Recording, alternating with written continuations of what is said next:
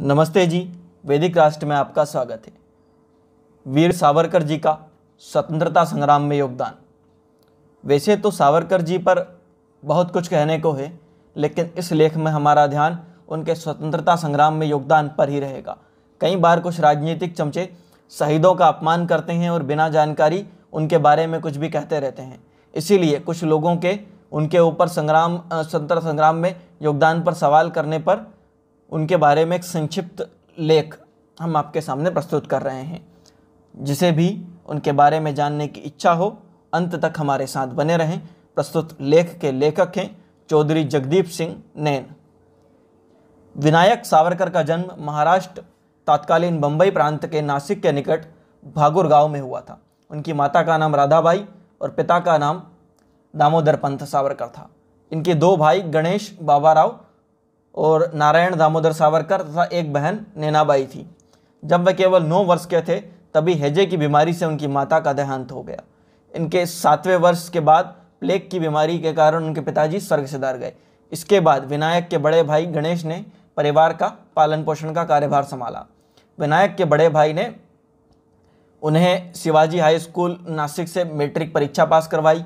बचपन से ही पढ़ाकू तो वे थे ही, अपितु उन दिनों उन्होंने कुछ कविताएं भी लिखी थी। आर्थिक संकट के बावजूद बाबा राव ने विनायक की उच्च शिक्षा की इच्छा का समर्थन किया। इस अवधि में विनायक ने स्थानीय नवयुवकों को संगठित कर मित्र मेलों का आयोजन किया। शीघ्र ही इन नवयुवकों में राष्ट्रीयता की भावना के साथ क्रांति की ज्वाला भी जाग उठी। सन 1901 में रामचंद्र त्रयंबक चिपलूणकर की पुत्री यमुनाबाई के साथ उनका विवाह हुआ।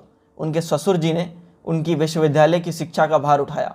मैट्रिक की पढ़ाई पूरी करके उन्होंने पुणे के फर्ग्यूसन कॉलेज से बीए किया। अंग्रेजों के खिलाफ विद्रोह की भावना में सावरकर ने मित्र मेला संगठन बनाया था। उन्होंने बंगाल विभाजन के बाद पुणे में विदेशी वस्त्रों की होली जलाकर स्वदेशी प्रचार किया। उन्होंने बहुत से राष्ट्रवादी लेख लिखे जो इंडियन सोशलिस्ट, तलवार, युगांतर पत्र पत्रिकाओं में प्रकाशित हुए। लंदन में वकालत करने के लिए जब वहां गए तब वहां उन्होंने अभिनव भारत नाम का संगठन बनाया, जिसका मकसद राष्ट्रवाद को जागृत करना और अंग्रेजों के खिलाफ विद्रोह करना था। 10 मई सन 1907 को उन्होंने इंडिया हाउस लंदन में प्रथम भारतीय स्वतंत्रता संग्राम की स्वर्ण जयंती मनाई। इस अवसर पर विनायक सावरकर ने अपने ओजस्वी भाषण में प्रमाणों सहित 1857 के संग्राम को गदर नहीं अपितु भारत के स्वतंत्रता संग्राम का प्रथम संग्राम सिद्ध किया। 1857 के विद्रोह को सर्वप्रथम आज़ादी की पहली लड़ाई कहने वाले व प्रचारित करने वाले सावरकर ही थे। जून 1908 में इनकी पुस्तक the Indian war of independent 1857 तैयार हो गई, परंतु इसके मुद्रण में समस्या आई। इसके लिए लंदन से लेकर पेरिस, जर्मनी तक प्रयास किए गए, किंतु सभी प्रयास असफल रहे। बाद में यह पुस्तक किसी प्रकार गुप्त रूप से हॉलैंड से प्रकाशित हुई। इसकी प्रतियां फ्रांस पहुंची। इस पुस्तक में सावरकर ने 1857 के सिपाही विद्रोह को ब्रिटिश सरकार के खिलाफ स्वतंत्रता की पहली लड़ाई बताया। मई 1909 में इन्होंने लंदन में बार एट लॉ वकालत की परीक्षा उत्तीर्ण की, परंतु उन्हें वकालत करने की अनुमति नहीं मिली। इस पुस्तक को सावरकर जी ने पीक वीक पेपर्स व स्काउट पेपर के नाम से भारत पहुंचाई। इस पुस्तक का दूसरा संस्करण गदर पार्टी ने प्रकाशित करवाया। तीसरा संस्करण शहीद भगत सिंह संधू जी ने और चौथा संस्करण नेताजी सुभाष चंद्र बोस ने छपवाया था और देश में क्रांति की लहर पैदा कर दी। 1 जुलाई 1909 को सावरकर जी के नाम पर सर विलियम कर्जन वाइली की हत्या में भी आया। क्रांतिकारी मदनलाल ढींगरा को पिस्टल देने और उन्हें उकसाने का आरोप लगा उन पर, लेकिन अंग्रेजों को सबूत न मिल पाने के कारण उन्हें सजा ना हो पाई। इससे पहले ढींगरा ने वायसराय लॉर्ड कर्जन और बंगाल के गवर्नर बर्मफ्रीड फुलर की मारने की योजना बनाई थी, लेकिन कार्यस्थल पर देर से पहुंचने के कारण यह योजना असफल हो गई। विलियम कर्जन को मारने से पहले जब सावरकर ने उन्हें पिस्तौल दी थी तो कहा था, इस बार असफल हुए तो मुझसे दोबारा कभी मत मिलना, लेकिन इस बार ढींगरा कामयाब हो गए। इंग्लैंड में कानून की पढ़ाई के लिए रवाना होने से पहले सावरकर मित्र मेला नामक गुप्त संगठन के सदस्य थे। इसी नाम का नाम बाद में अभिनव भारत रखा गया। इस संगठन का लक्ष्य हिंसक तौर तरीकों से अंग्रेजी शासन को खत्म करना था।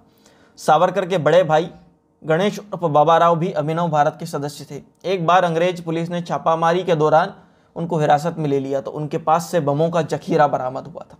इसके लिए उन्हें 8 जून 1909 को काला पानी की सजा दी गई। इसका बदला लेने के लिए उनके साथियों ने योजना बनाई और उनमें से एक अनंत केहरे ने 29 दिसंबर 1909 को एमटी जैक्सन को गोली मारकर उसकी हत्या कर दी। एमटी जैक्सन नासिक के डिस्ट्रिक्ट मजिस्ट्रेट थे। नासिक अदालत में ही गणेश की सुनवाई हुई और सजा हुई थी। इस हत्याकांड के तुरंत बाद घटनास्थल से ही कन्हेरे को गिरफ्तार कर लिया गया। उनके 2 और साथी इस मामले में गिरफ्तार हुए। इनके पास से सावरकर के पत्र बरामद हुए थे। सावरकर पर आरोप लगा कि उन्होंने इस हत्या में की गई ब्राउनिंग पिस्टल और उस जैसी 20 पिस्टल इंग्लैंड से भिजवाई थी। इसी के आधार पर टेलीग्राफ से सावरकर के नाम एक वारंट लंदन भेजा गया। सावरकर ने 13 मार्च 1910 को आत्मसमर्पण कर दिया। फिर उन्हें भारत लाया गया। जैक्सन की हत्या के मामले में वह अंग्रेजी शासन के खिलाफ विद्रोह करने के आरोप में सावरकर को 2 बार काले पानी की सजा सुनाई गई। मतलब सावरकर को 50 वर्ष तक अंडमान की क्रूर जेल में रहने की सजा दी गई। 1911 में जब वह पोर्ट ब्लेयर पहुंचे तो अंडमान की सेल्यूलर जेल में हालात बहुत भयावह थे। जानवरों को जिस तरह कोलू में जोता जाता है, सावरकर को उसी तरह तेल मील में काम पर लगा दिया गया। यह बर्बर सजा थी। कुछ साल के लिए यह करना हो तो फिर भी इंसान टिका रह सकता है। फांसी दे दी जाए तो एक तरफ काम बन जाए।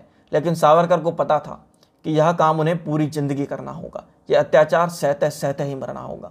इसीलिए सावरकर ने 2 बार दया याचिका भेजी, लेकिन वह स्वीकार न हुई। यह दया याचिका अपने समेत सब कैदियों के लिए भेजी गई थी। उन्होंने सरकार को विश्वास दिलाने की भरपूर कोशिश की कि वे कानून का पालन करेंगे। सावरकर इस दौरान जेल में भूख हड़ताल के लिए भी कैदियों को उकसाते रहते थे।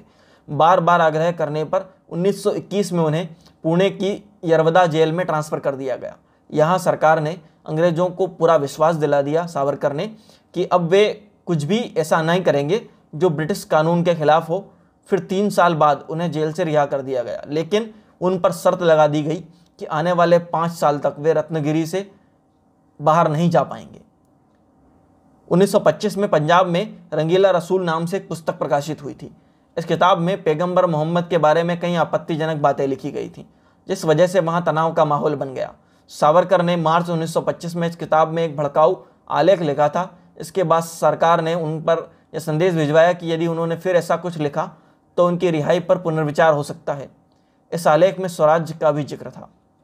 22 जुलाई 1931 को बम्बई के प्रभारी गवर्नर सर अर्नेस्ट हॉटसन पुणे में फर्ग्यूसन कॉलेज में आए। इसी दौरान बीबी गोमगाटे ने उन पर गोलियां दागी, लेकिन किस्मत से वे बच गए। सावरकर का संबंध इस हत्या की कोशिश से भी जोड़ा जाता है।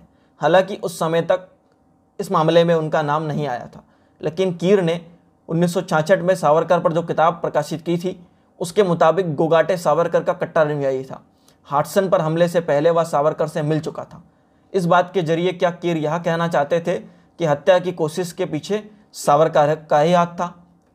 पूजा पद्धति पर सावरकर नास्तिक थे। वे गाय को मात्र एक उपयोगी पशु कहते थे, लेकिन वे हिंदुओं के लिए कार्य करने और हिंदू राष्ट्रवाद जगाने और हिंदुओं के उत्थान के लिए हमेशा अग्रसर रहते थे। सावरकर एक महान समाज सुधारक भी थे।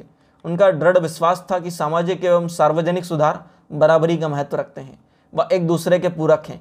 उनके समय में समाज बहुत सी कुरीतियों और बेड़ियों में बंधा हुआ था। इस कारण हिंदू समाज बहुत ही दुर्बल हो चुका था। अपने भाषणों, लेखों, कृत्यों से उन्होंने समाज सुधार के निरंतर प्रयास किए।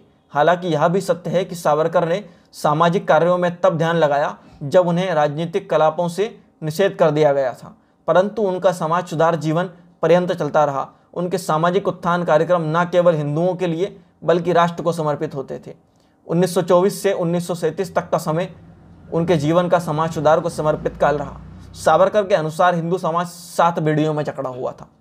स्पर्शबंदी अर्थात अस्पृश्यता, रोटीबंदी, कुछ जातियों के साथ खानपान का निषेध, बेटी बंदी, कुछ जातियों के साथ विवाह का निषेध, व्यवसाय बंदी, कुछ निश्चित व्यवसाय का निषेध, सिंधु बंदी, सागर पार यात्रा का निषेध, वेदोक्त बंदी, कर्मकांडों का वेदों के एक वर्ग विशेष का निषेध, शुद्धि बंदी, किसी को वापस हिंदू धर्मकरण करने का निषेध।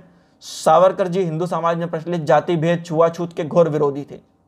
बम्बई का पतित पावन मंदिर इसका जीवंत उदाहरण है, जो हिंदू धर्म के प्रत्येक जाति के लोगों के लिए समान रूप से खुला है। पिछले 100 वर्षों में इन बंधनों से किसी हद तक मुक्ति सावरकर के ही अथक प्रयासों से का परिणाम है। 26 फरवरी 1966 को वे स्वर्ग सिधार गए। उन्होंने अपने जीवन में देश के लिए अनेक यातनाएं सही।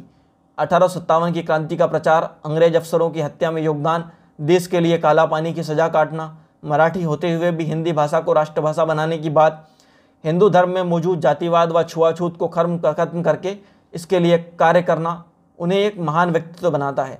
राजनीतिक फायदे के लिए लोग सावरकर जी के इन कार्यों को नज़रअंदाज करके उनके बारे में गलत चीज़ें प्रचारित करते हैं एवं शहीदों का अपमान करते हैं। जिस भी व्यक्ति ने अंग्रेज़ों के खिलाफ एक आवाज़ लगाई हो, एक लाठी भी खाई हो, वह हमारे लिए सम्माननीय है। सावरकर जी ने तो फिर भी काले पानी तक की सज़ा भुगती है, फिर हम राजनीतिक फायदे के लिए उनका अपमान क्यों होने दें। इसीलिए हमें हमारी आने वाली पीढ़ियों को, सभी मित्रों को सावरकर जी के बारे में और उन जैसे अनेक महान क्रांतिकारियों के बारे में अवश्य बताना चाहिए, पढ़ाना चाहिए, सिखाना चाहिए, ताकि भारत का राष्ट्रवाद हमेशा इसी तरह जीवित और पल्लवित होता रहे। इसी के साथ वैदिक राष्ट्र को सब्सक्राइब करना ना भूलें।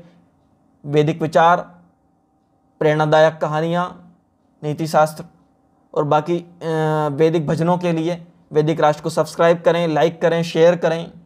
धन्यवाद।